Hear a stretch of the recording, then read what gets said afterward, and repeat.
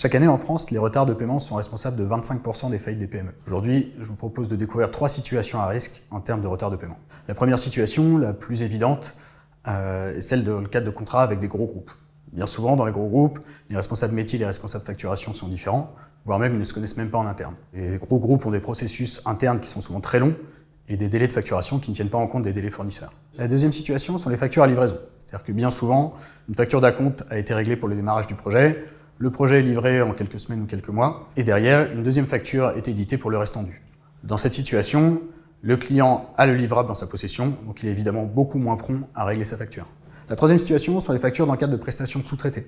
C'est-à-dire qu'on a une entreprise qui porte le projet et qui va sous-traiter certains livrables à d'autres entreprises. Dans ce cas-là, se met en place un phénomène de cascade où chacun attend que son client le paye pour pouvoir payer son fournisseur. Et au bout de la chaîne, malheureusement, on retrouve très souvent les TPE, les PME et les freelances qui doivent attendre que chacun se fasse payer pour pouvoir être payé et qui du coup subissent des délais de paiement très très longs. Ce genre de situation représente un vrai frein à la croissance des PME car de nombreux chefs d'entreprise se privent d'opportunités business par crainte des retards de paiement.